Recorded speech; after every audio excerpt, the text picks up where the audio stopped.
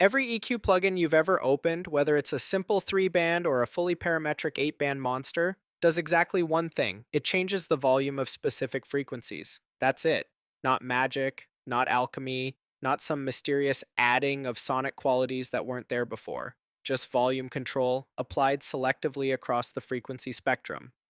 This might sound almost disappointingly simple, but understanding this single concept will make every EQ decision you face clearer and more deliberate. When you boost 3 kHz on a vocal, you're turning up the volume of the frequencies around 3 kHz that already exist in that recording.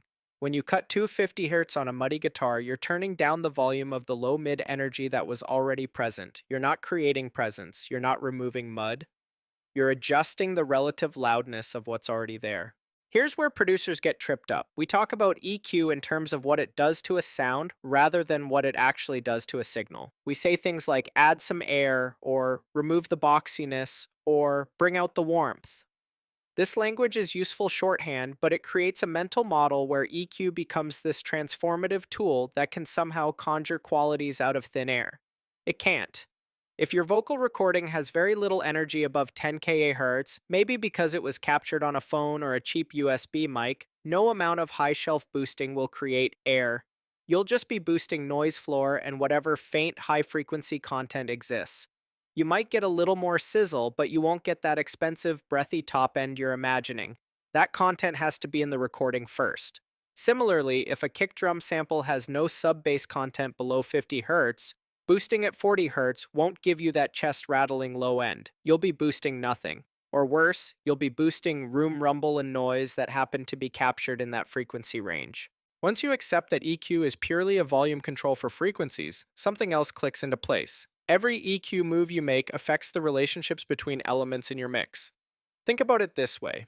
When you boost 5 kHz on a vocal to make it cut through, you're not just affecting the vocal. You're changing how the vocal relates to every other element that has energy at 5 kHz. The hi-hats, the acoustic guitar, the snare crack, the synth leads. The vocal gets louder in that frequency range, which means those other elements become relatively quieter in comparison, even though you haven't touched them. This is why EQ decisions made in solo often fall apart in context. In solo, you're just hearing more 5 kHz on the vocal. In the mix, you're hearing the vocal is now competing more aggressively with the hi-hats and the snare is getting buried. Same move, completely different result depending on context. The inverse is equally true.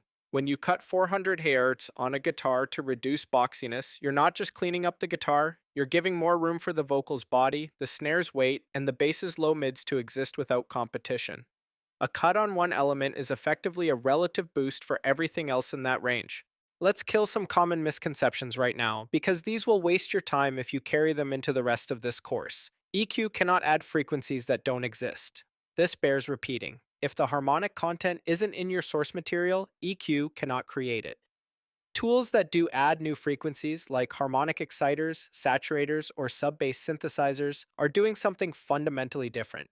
They're using nonlinear processing to generate new harmonic content. That's not EQ. When a plugin claims to add sub by synthesizing frequencies an octave below your source, that's synthesis, not equalization. EQ cannot fix a bad sound source. If you recorded a vocal in a bathroom and it sounds like a vocal recorded in a bathroom, EQ can reduce some of the room resonances, but it cannot make it sound like a vocal recorded in a treated studio. The reverberant energy is baked into the recording across the entire frequency spectrum. You'd have to cut so aggressively to remove it that you'd destroy the vocal itself. EQ cannot separate overlapping elements. If your kick and bass are masking each other because they both have strong energy at 80 Hz, EQ can help you manage that overlap by reducing one or the other in that range. But it cannot magically separate them while keeping both at full strength. Something has to give. This is physics, not a limitation of your plugins. EQ cannot make a quiet element loud. This sounds obvious, but producers try it constantly. If a snare is buried in the mix, boosting 200 Hz and 5 kHz on the snare channel might help it poke out a bit, but you're also boosting everything else on that channel: bleed, noise, room tone. At some point, you need to address the actual level of the element, not try to EQ your way to presence. So what does this mean for how you approach EQ in practice? It means you should always start by asking, what's actually in this sound? Before you reach for a boost, listen to whether that frequency content exists. Before you reach for a cut, identify what specific frequencies are causing the problem. Use your spectrum analyzer not as a mixing tool but as a diagnostic tool. It shows you what frequencies are present and at what amplitude. It means you should think in terms of relationships, not isolated sounds. When you're about to make an EQ move, ask yourself, what else in this mix lives in this frequency range, and how will this move affect those relationships? And it means you should have realistic expectations. EQ is powerful, but it's powerful in the way a scalpel is powerful. Precise, effective, but only for the job it's designed to do. It's not a magic wand, it's a volume control for frequencies. That's the foundation. Everything else in this course builds on it. The key takeaways are EQ boosts or cuts the amplitude of frequencies that already exist. It never adds new content. Every EQ move changes the relationships between all elements in your mix. Boosting a frequency that doesn't exist in your source just boosts noise. Tools that generate new frequencies like saturators, exciters, and subsynthesizers are not EQ, and think in terms of relative levels and frequency relationships, not isolated fixes.